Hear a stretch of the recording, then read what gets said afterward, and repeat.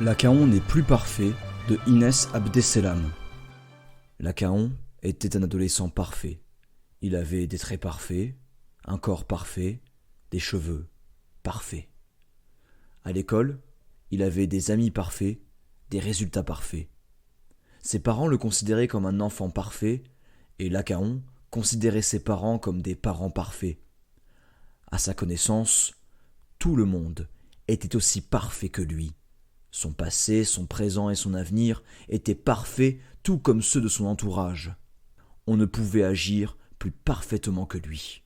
Mais voilà, c'est qu'il ne l'est plus. Il ne le sut pas tout de suite.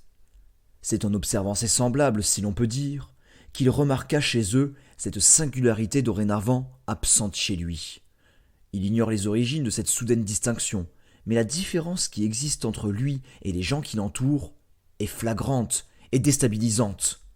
Il est désormais incapable de les comprendre, de se conduire comme eux, de partager leur centre d'intérêt. D'ailleurs, il ne se souvient pas un jour en avoir été capable. Il semble si sûr d'eux, si déterminé, si robuste, presque invincible. Et lui est si gauche, si mal à l'aise, si vulnérable. Tout en eux lui est étranger. Il est un étranger. Il ne les supporte même plus. C'est horrible, il ne supporte plus son existence, qui en devient risible. Il n'a rien à faire là, pense-t-il alors qu'il est à la fenêtre de sa chambre. Il a vécu jusqu'ici dans cette petite chaumière douillette de bois. Sa chambre est au premier étage, et de là, Lacaon a une vue sur l'effroyable jardin juxtaposé à la maison. La petite fille, qu'il a sûrement auparavant appelée petite sœur, s'y amuse beaucoup trop à sentir le parfum des fleurs parfaitement regroupées en massif. Ce geste lui inspire un amer déplaisir.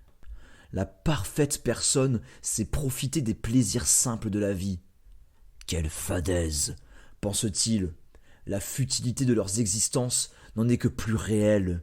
Ils se donnent tout entier à des vies dérisoires, mais Lacaon ne peut leur en vouloir. Il sait qu'ils ne sont que des victimes. On lui a comme soufflé cette conviction qui l'obsède depuis peu. Ce sont les victimes d'un fatalisme grotesque, d'une mise en scène cruelle. Ils ne sont pas les maîtres de leur vie, on les contrôle. Ils ont tous ces mêmes désirs et ces mêmes aspirations déterminées. Ils ont tous une place bien définie dans la communauté qu'ils ne quitteront jamais. C'est un sentiment étrange de savoir de telles choses, mais de n'en rien comprendre. Ses parents lui ont-ils seulement une fois montré? Lui ont-ils seulement parlé? Les souvenirs sont vidés de toute parole alors qu'il regarde ailleurs. Les questions se bousculent, elles en perdent leur importance. Sens, le maître mot. Quel est le sens de tout ceci, de la levée le matin, du coucher le soir, du sourire et des larmes?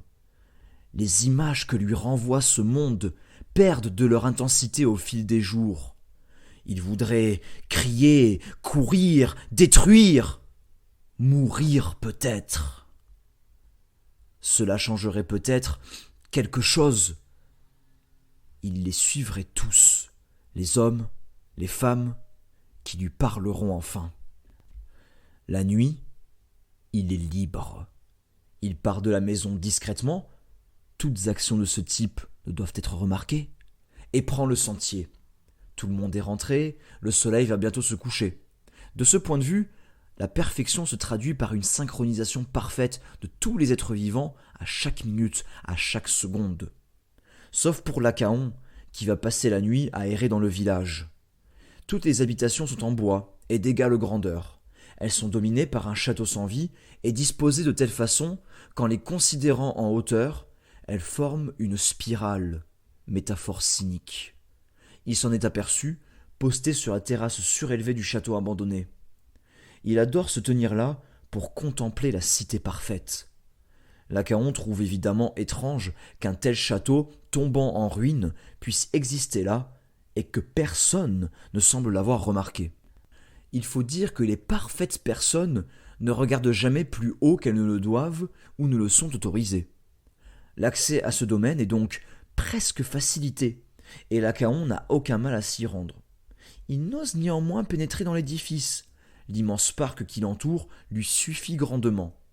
Au centre de celui-ci se tient un imposant motif floral qui dessine un F. Même dans l'obscurité, il apprécie l'incroyable scintillement des fleurs et des arbres de ce jardin dont l'imperfection en est sûrement l'origine. La fragrance si douce qui y règne le trouble. Il se sent particulièrement bien ici. Il est comme chez lui. Cet endroit est la preuve qu'une autre vie existe. Il est maintenant certain que cette perfection est anormale et que les parfaites personnes doivent être délivrées de ce joug.